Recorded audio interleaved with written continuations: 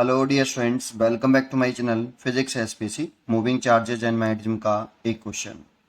A straight wire A B of mass 40 gram and length 50 centimeter is suspended by a pair of flexible leads in uniform magnetic field 0.4 Tesla as shown the figure. The magnitude of the current required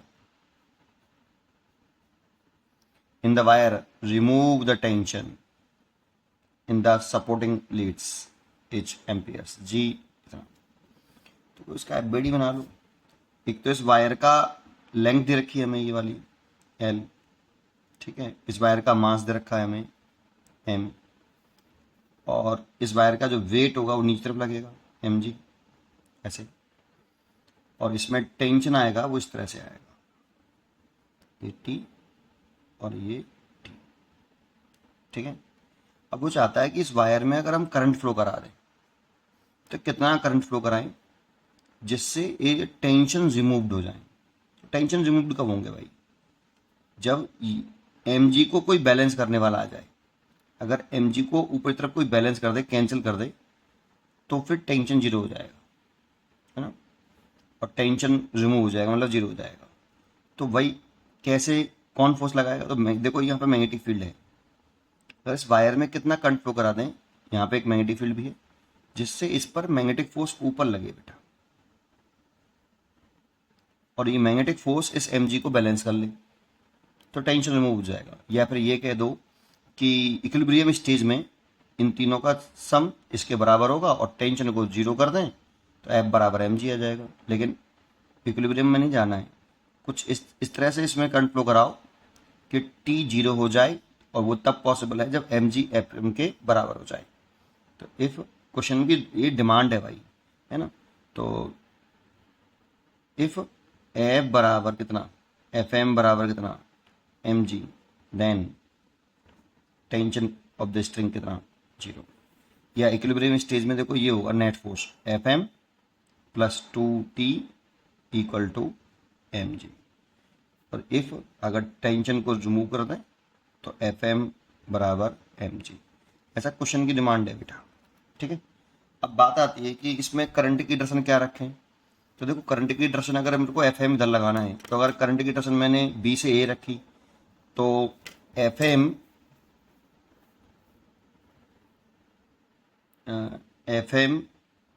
vector is equal to I L cross B होता है, और L की direction वही होती है जो आई की होती है। तो मान लो अगर करंट डायरेक्शन ऐसे रखी मैंने तो एल भी ऐसे रखना पड़ेगा, तो एल क्रॉस बी करें, राइट हैंड बी क्रॉस लगा लें, एल से बी की तरफ अपने राइट हैंड की फिंगर को घुमाएं।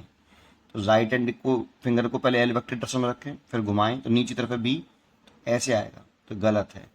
ए से बी करें, अगर हम करंट ऐसे फ्लो कराएं तो राइट हैंड की फिंगर को एल वेक्टर की डायरेक्शन में रखें और अपनी फिंगर को बी वेक्टर की तरफ छोटे एंगल से घुमाएं, ऐसे ही, तो थंब इधर आएगा, तो ये सही है। तो करंट जो फ्लो होना चाहिए वो ऐसे होना चाहिए, तो ऐसे में। तो एल क्रॉस बी करेंगे तो नीचे तरफ आ जाएगा, ऊपर तरफ आ जाएगा मैग्नेटिक फोर्स। Fm थंब बता रहा है, थंब मैग्नेटिक फोर्स की डायरेक्शन को बताता है, ठीक है। तो कंट्रेशन ऐसे पूछा नहीं, कंट्रेशन बस समझाने के लिए निकाल दी, कर लो। Fm बराबर लिख दो कितना, इसे मैग्नीट्यूड में लिखते हैं तो F बराबर I L B sine theta, L cross B के बीच में angle, that means I cross B के बीच में एंगल, आई और बी के बीच में 90 डिग्री है, तो आई बी एल साइन 90, क्योंकि एल की डायरेक्शन वही मानते हैं जो आई की है, बराबर कितना एम जी, साइन 90 वन हो गया, आई पूछ रहा है तो M G upon B L. M की वैल्यू पुट कर दो, 40 ग्राम है उसे किलोग्राम में चेंज कर लो भाई, 40 ग्राम दे रखा है तो किलोग्राम में लिखेंगे तो 40/1000 kg, ये 1000 लिख लिया।